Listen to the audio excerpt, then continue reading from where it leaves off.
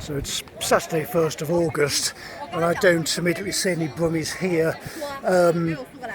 When you're thinking about safety, this is relatively safe because there's a choke point coming in, so the humans are funneled via this very sort of narrow corridor.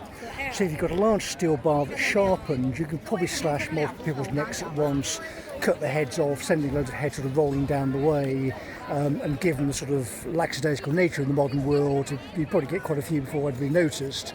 But of course that's the opposite problem. I mean, the problem is the managing director just has to come up here and explain her behaviour, and can't because she's not here. We don't see her. She's had to cover up Fred to try and get away with this, but it hasn't really worked because you can still sort of show them daily and say, well, we don't actually live in a society where the police just refuse to turn up when you're trying to report serious organised crime from Birmingham's court service. That's not how it works. So if a leisure centre manager is saying, well, I'm going to absolve myself of any criminal responsibility for attacking people, that's not how that works. So the police need to be called as soon as you can. We're not giving them any more ultimatums, but we're looking for various women within the bureaucracy, so Deborah Gentieri, Jennifer Southall, Joanne Roney, the managing director, because all of these women are playing with laptops fundamentally and hiding. There is a Birmingham law firm which has some ancestral connection, and we're telling them explicitly that you need to go down and talk to them so that we can now correctly interface with the British criminal justice system, because Edinburgh police are corrupt and incompetent, West Midlands police are corrupt and incompetent and don't have the manpower to ever fix the city, ergo my personal matters cannot be resolved. The judgment from the tribunal judge was this cannot be responded to seriously, so again you can make a mockery of the tribunal service yourself. That wasn't an attempt to, this is quite serious. So again, everybody else in the British legal profession, upon picking this kind of stuff up, can probably try to explain why it is entirely broken down.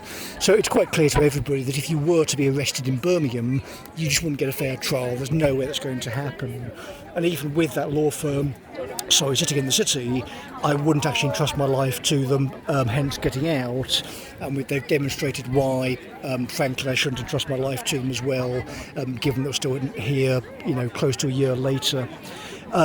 As of Monday, we are, though, getting somebody within the British legal profession to do something, and this is actually a professional. So this is someone with an adult man with a professional reputation, which is worth losing probably, and we're not actually going to be unpleasant to this person because he's doing what we've been asking people to do for, again, close to a year, which is engage properly and actually get things through the process. The position's made quite clear, so if you just want money, fine, nobody really cares. If all you can do is put through documents and make legal inferences, fine. But we can do that here. That's not actually an issue. The issue is getting things rammed through the courts. So whoever is corrupt within the process, we're a sort of gust of wind blowing through the British legal system again, clearing some of these people out of the court, dealing with the problem with the Supreme Court, constitutional reform, once things are switched over. But I didn't help my associate out over the previous weeks, not because I dislike him or think he shouldn't have won, but because of this kind of problem. So devolution, of course, is just a wrecking ball. You've got these people who nobody actually wants in power, and people have been asked to give up their time to tick a box next to the latest apparatchik, and Marlon on his own, to be fair, couldn't have done anything because he would have been elected and he would have been thwarted by the people who have been engaging in corruption, because as soon as the police turn up, they go to jail. Is the straightforward answer.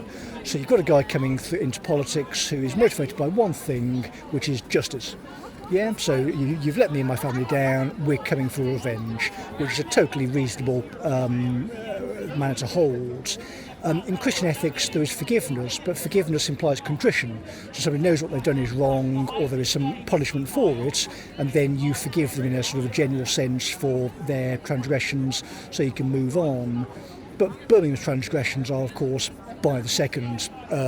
If you're stuck behind in that city with police succumbing to guys with weapons and you don't have a weapon, then just think it through logically. Are the police going to be terribly motivated to save you if things go south?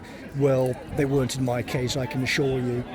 In Edinburgh, the police are generally worthless, but I'm bigger than them, and I've got a steel bar that's sharpened. So that is more than you get in Birmingham, certainly, along with Scotland's rifle culture as well. But given the breaching of the walls, if you think about these things in historic terms, the people flooding into Europe are, by their own admission, intending to be a conquering army, smashing gravestones, this kind of thing, as they get ashore. We remove these people via steel bars shaped in a cross. This is how Europe's always done it. So you start off from that foundation, but we're ahead of the game, so we don't actually have to do that anymore. It's not actually relevant to go back. Well, not irrelevant, sorry. We don't need to go back to Edinburgh Castle to do this kind of stuff. We've been to see some of the young Air Force hopefuls around St Giles. We're hoping they're going to have long lives ahead of them. But if those people are going to be our drone commanders in the future, we're protecting them. And that involves dealing with industrial bureaucracies, I would say, that have gone feral and have now turned into a factory to attack the British and therefore attack those people who are going to be responsible for the future defence of the country. So again, we're Saturday, we're now 2:15 just about, and I don't see Joanne Roney standing here or any member of West Midlands Police.